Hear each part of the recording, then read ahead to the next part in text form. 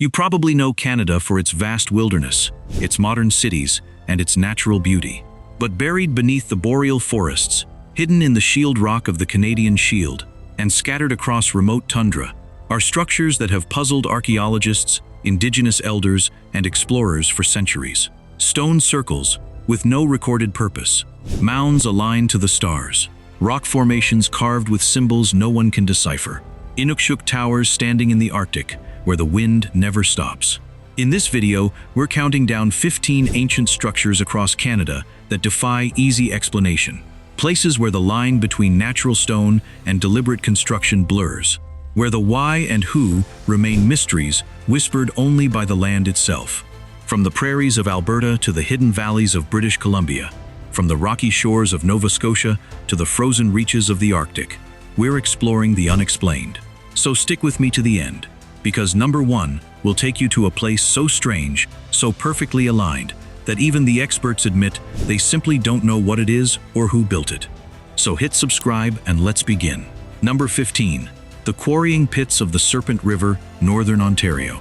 If you canoe up certain stretches of the Serpent River in Northern Ontario, moving slowly through black water channels ringed by spruce and birch, you'll begin to notice something odd about the riverbanks.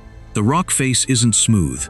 It's pockmarked, with deep, deliberate-looking pits and gouges, arranged in patterns that seem too regular to be natural weathering. Local Anishinaabe guides have known about these marks for generations, and they suggest something remarkable. These are ancient quarries, places where people thousands of years ago extracted stone by heating and fracturing the granite. But here's the puzzle. The tools needed to create such deep, precise pits haven't been found.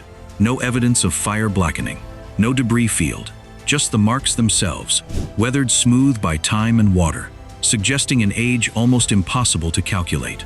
Today, the pits remain, silent testimony to a technique that left almost no other trace.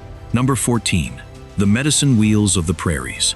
Across the high prairies of Alberta, Saskatchewan, and Wyoming sits a network of stone circles, some as wide as a football field, built entirely from stacked rubble and boulders.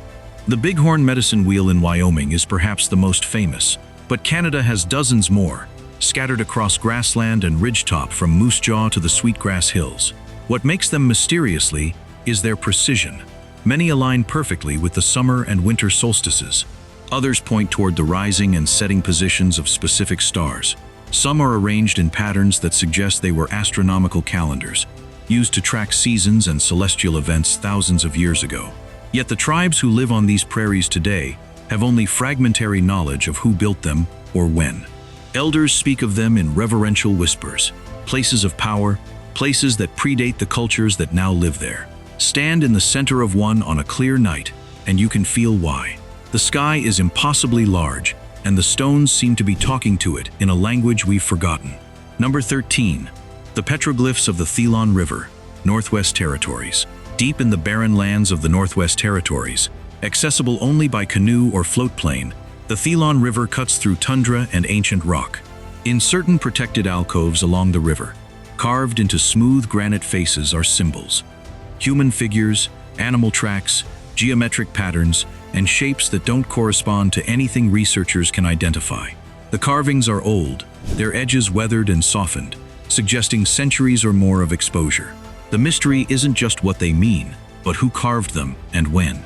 The region has been inhabited by Dene, Inuit, and earlier peoples for thousands of years. But the art style of these petroglyphs seems to belong to no single culture.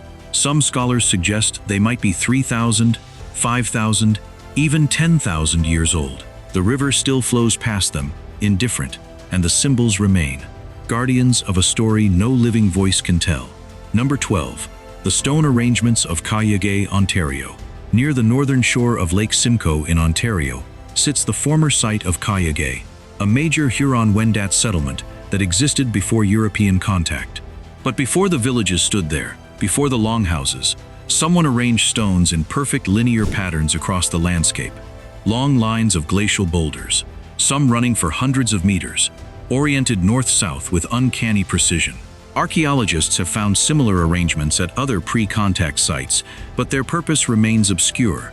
Were they territorial markers, spiritual boundaries, astronomical alignments, The builders left no written record, and the knowledge carried by oral tradition was disrupted by disease and displacement.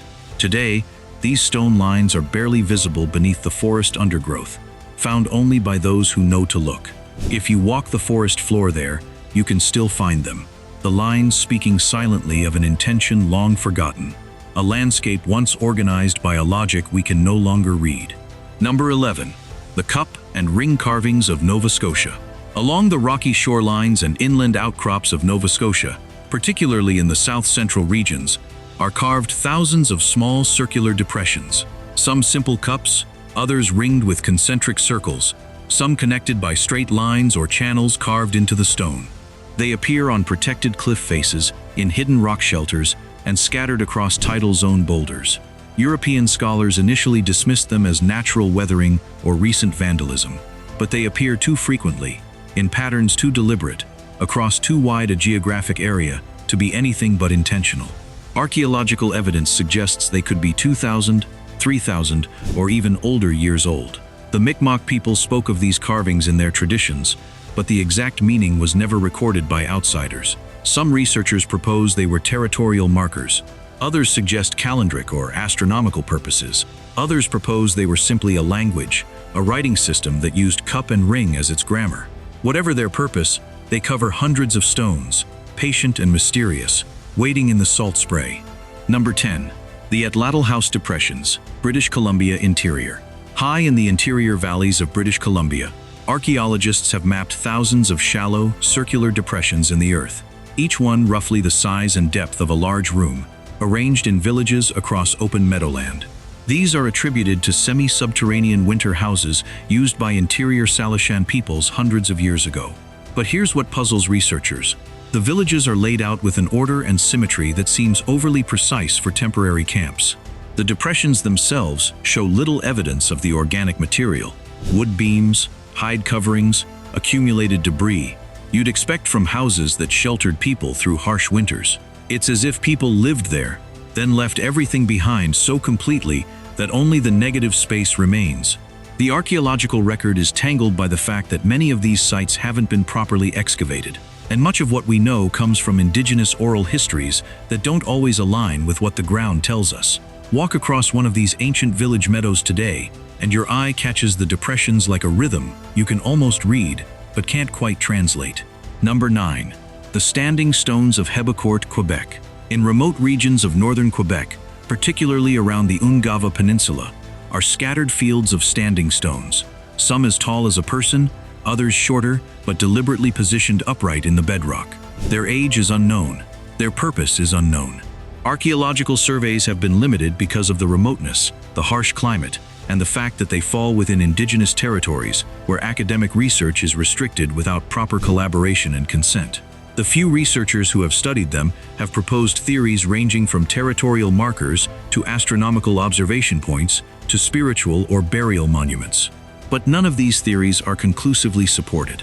Local Inuit and Innu peoples have their own traditions about these stones, stories passed down for generations. But much of that knowledge was interrupted by colonization and residential schools.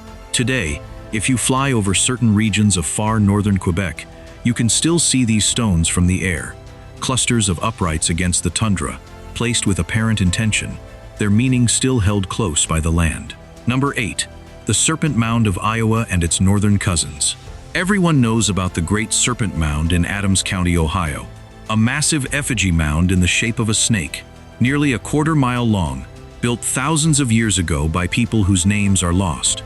But fewer people know that Canada has dozens of similar mounds, particularly in the Great Lakes region and southern Ontario.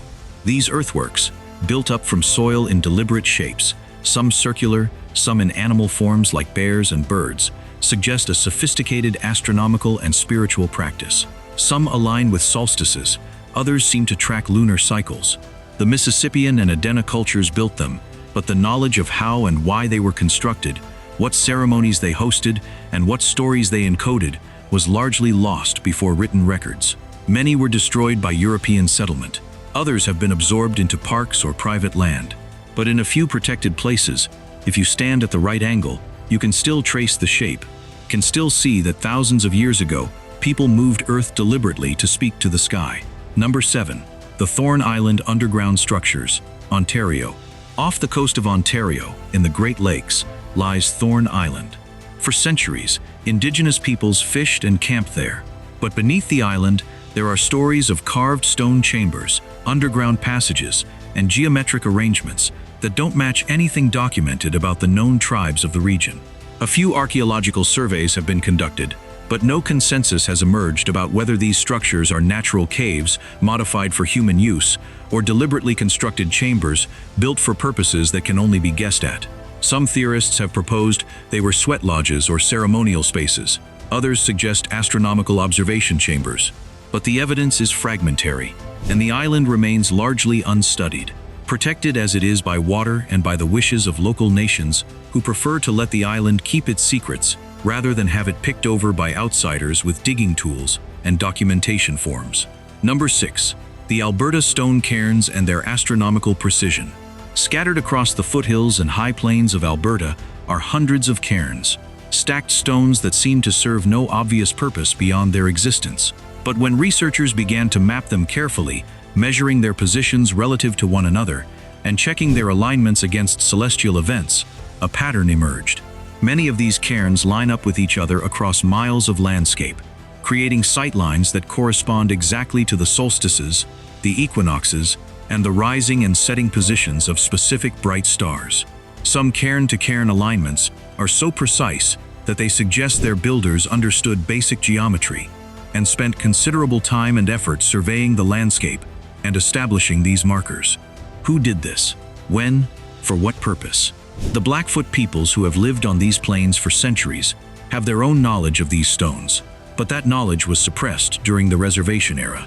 Today, many cairns have been dismantled or moved by ranchers and developers. But in protected areas, if you know where to look, you can still stand between two stones and see exactly where the sun rose on the summer solstice, thousands of years before any astronomical instrument existed to measure such things. Number 5. The petroglyphs of writing on stone, Alberta. In a hidden coulee in southeastern Alberta, beneath sandstone cliffs, are thousands of petroglyphs carved into the rock face over a span of thousands of years. Human figures with elaborate headdresses, animals, buffalo, elk, deer, geometric patterns, handprints, shields. But some of the carvings depict horses and riders, which creates a profound historical puzzle. Indigenous peoples didn't have horses until the Spanish brought them to North America in the 16th century. Yet some of the petroglyphs at writing on stone appear to be hundreds of years older than that. This has led to wild theories and careful scholarship alike. Did indigenous artists foresee the future? Were there pre-Columbian contacts between Europe and the Americas? Or have we simply miscalculated the age of these particular carvings? The rock face continues to hold its silence. The Blackfoot peoples who live near the site have their own interpretations, their own understanding of what the carvings mean.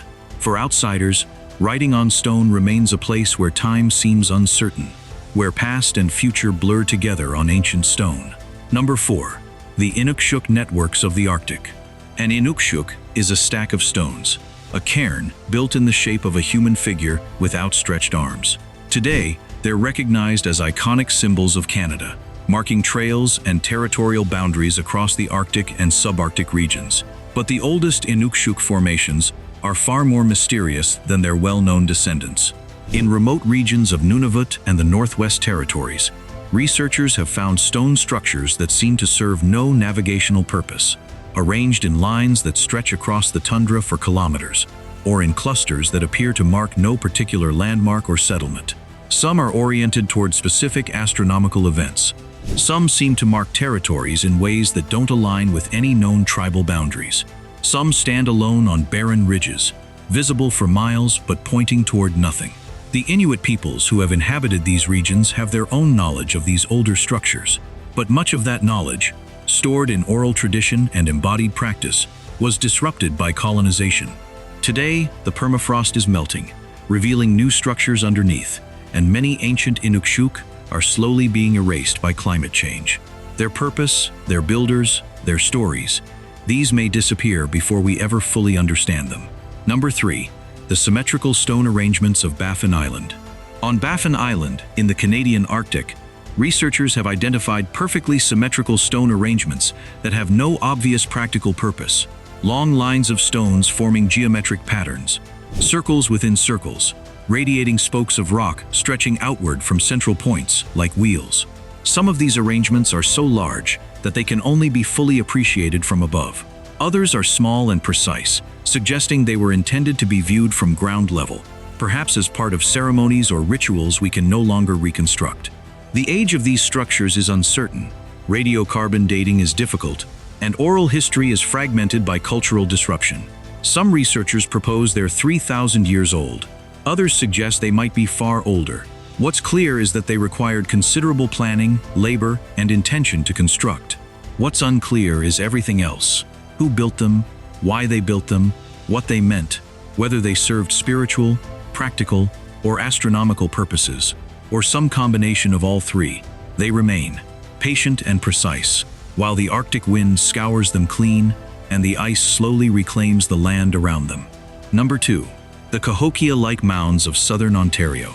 In southern Ontario, in the shadow of the Great Lakes and the modern sprawl of Toronto, lie the remnants of an earthwork culture that built elaborate mound complexes similar to those of the Mississippian civilization centered at Cahokia, Illinois.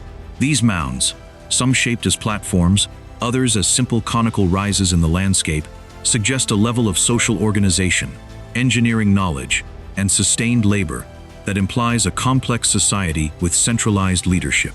Yet the details of this society, its extent, its duration, its political structure, its relationship to other Great Lakes peoples, remain poorly understood. European settlement destroyed or obscured many mounds. Archaeological study began only after much of the evidence had been lost. The indigenous peoples of the region have traditional knowledge about these mounds and their meanings, but much of that knowledge was lost or suppressed during colonization. Today, a handful of mounds remain, preserved in parks or on private land, but many are barely visible. Subtle rises in the landscape that most people walk past without noticing.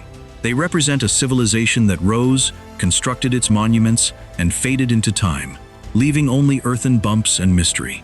Number 1. The alignment of Peterborough petroglyphs, Ontario.